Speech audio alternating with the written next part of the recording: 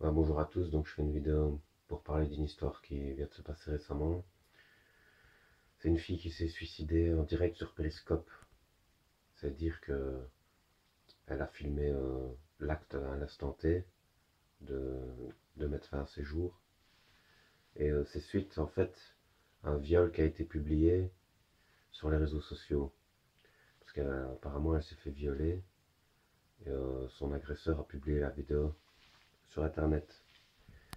Alors voilà, c'est triste et ça montre à quel point les réseaux sociaux sont dommageables et qu'il y a une amplification. C'est un genre de haut-parleur en fait. Il y a une amplification des bonnes choses aussi, comme les pétitions et tout ça, mais des mauvaises.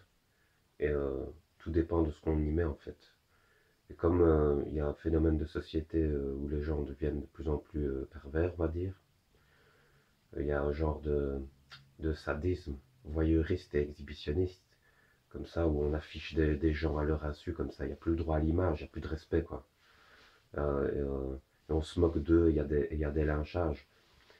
Sauf qu'avant, quand on se payait la honte en public, c'était dans un espace restreint. Il y avait deux, trois personnes qui vous avaient vu, etc. Et après, c'était oublié, donc on avait un droit à l'erreur, comme j'avais déjà dit sur les autres vidéos. Maintenant, on n'a plus ça. Maintenant, quand vous vous payez la honte, et surtout pour les jeunes qui sont à l'école, eh ben, il y a toute l'école qui le sait. Et le lendemain, vous allez à l'école, et vous êtes la risée de tout le monde. Mais c'est un peu comme la violence. Quand, quand vous crêpez le chignon avec une seule personne, ça va. Quand vous êtes toute seule contre 100 personnes, vous voyez bien la différence. Vous voyez bien qu'il y a un problème. Et ce voyeurisme qui met une distance aussi avec la réalité, parce que c'est une matrice dans la matrice en fait, le virtuel. C'est euh, déjà dans la réalité, les codes sociaux, ça peut nous séparer, etc. Mais le virtuel, c'est encore pire. C'est, il y a un écran derrière, on enlève des sensations, il y a plus la vue, il n'y a plus le toucher, il n'y a plus l'odorat. Enfin voilà, il y a que l'écrit, etc. Donc ça déshumanise encore plus des gens qui sont déjà déshumanisés.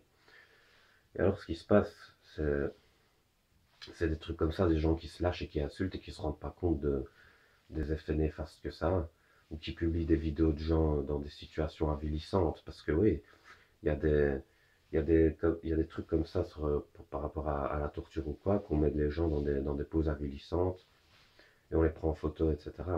Et ça, c'est pervers comme attitude.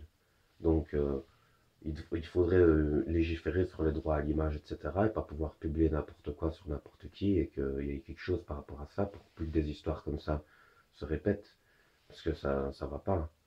On a le droit de préserver un peu son image, surtout qu'on vit dans une société qui est basée sur ça, en fait. Il n'y a même pas de fond. Donc, quand une image est détruite, c'est un peu comme si une vie était détruite maintenant. Alors qu'une image détruite, on peut se reconstruire sur le fond. Le fond n'est pas détruit, vous voyez.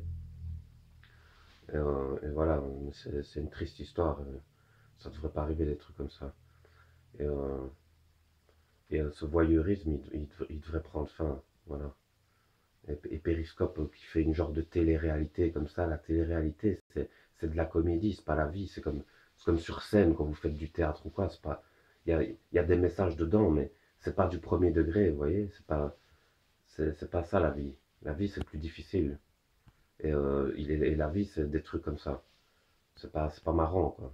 C'est pas comme un jeu vidéo où quand t'es game over, tu peux recommencer la vie. Tu vois, t'es game over une fois, c'est mort après. C'est fini. Elle va pas revenir, la fille, maintenant. Vous comprenez? Donc ceux qui l'ont lâché, tout ça, maintenant, ils devraient en avoir un peu gros sur la patate. C'est pas pour faire culpabiliser ou quoi, mais il faut quand même se rendre compte, un peu avoir de l'empathie envers des gens qui ont des problèmes comme ça. Et que la société se soigne un peu, parce que là, ça va pas du tout. Voilà, je vous laisse, bonne soirée.